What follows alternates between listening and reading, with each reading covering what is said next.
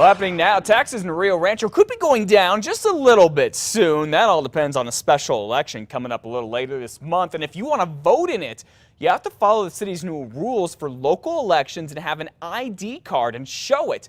And today, you can get one if you don't already have one. News 13's David Romero is here to explain all about this. Hey, David. Hey, Matt. Well, this will be the first time that voters in the city of Vision will have to produce a photo ID to vote in an election. Now, there are two ways that this has been set up to work, and that's according to city officials. One is if you do have an ID but do not have it with you when you go to vote, you still have 3 days after the election to go and take care of that by going into the clerk's office and show it so your vote will be counted. The other is if you don't have a photo ID, the city of Rio Rancho is holding 3 events where voters can get one. Either way, Rio Rancho city officials are hoping for a large turnout for the special election on August 20th. There may be some confusion as to what's on the ballot versus what's being advertised for the election question and what it pertains to. So I would encourage people out there to do their homework before they come vote. And the first of those 3 events where someone can get an ID will be held today at the Meadowlark Senior Center on Meadowlark Road in Rio Rancho. That will run from 1:15 to 3:30 this afternoon. Now, when you come to any of the events for getting a new ID, make sure and bring something that can identify who you are. That means a utility bill with your name on it, or your birth certificate and/or social security card. Matt, back to you. All right, thank you, David. To find out more about these ID cards, head to our website, click on KRQE links. Happening now, a charter school in Albuquerque is without a license less than a week before school starts. The Public Education Commission voted to revoke the learning community's charter last week. The school is appealing that vote and will stay open while that happens. But parents, as you can imagine, are still concerned that that school could be shut down. I'm hoping everything goes smooth and they get their charter back. And my daughter's a senior this year, so if we can just get her through this year, get her graduated and off to college, we'll be good.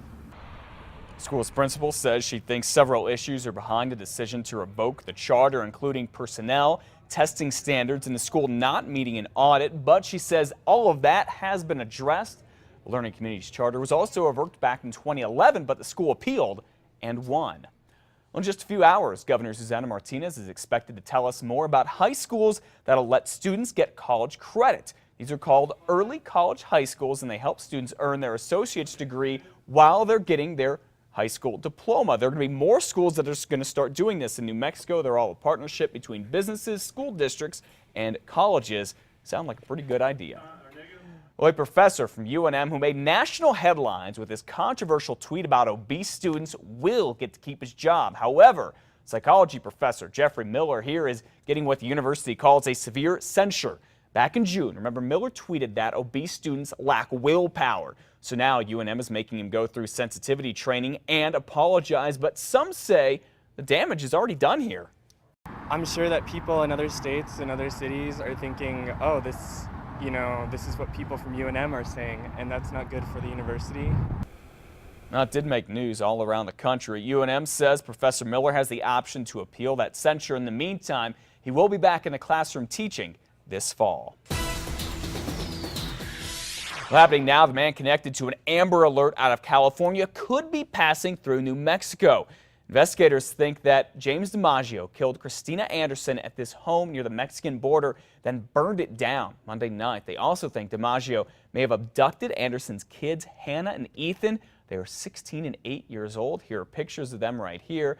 The body of a child was found in the rubble of the burned home yesterday, but they don't know if it's Ethan. Now, here's another picture of DiMaggio. State police say he may be coming through New Mexico, and he may have shaved his beard or goatee or facial hair there. He's driving a blue Nissan Versa with California plates 6WCU986. If you see him, please call police.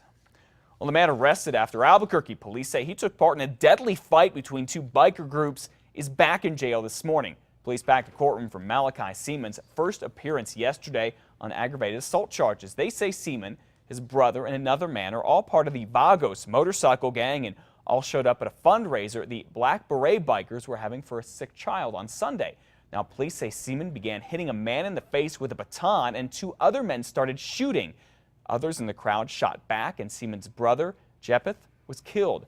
More than 70 shots were fired here, and investigators don't know exactly who killed Jeppeth. But an undercover cop told the judge that Malachi Seaman and his group were the ones who started everything. They basically came there looking for a fight. When Mr. Seaman was processed, he was found to be wearing a bulletproof vest, concealed underneath his clothing. Now, Seaman's lawyer claims that the Black Berets started the violence. Seaman had been free on a $25,000 bond, but a judge upped that to $100,000 cash. That's when police rearrested Seaman and hauled him off to jail. Opening statements are set to begin in less than 2 weeks in the case of a man accused of killing 2 tourists in New Mexico a few years ago. John McCluskey is accused of escaping from a prison in Arizona in 2010, then murdering Gary and Linda Haas in Santa Rosa. Jury selection started 2 weeks ago. It's taken quite a while here because if McCluskey is convicted, he could face the death penalty. Well, more than a year after a family from Colorado was devastated by a crash here in New Mexico, the two have a reason to celebrate. Eileen and Zach Smith were driving to their baby shower last June when investigators say a drunk driver caused them to get into a crash on I-25 near Las Vegas.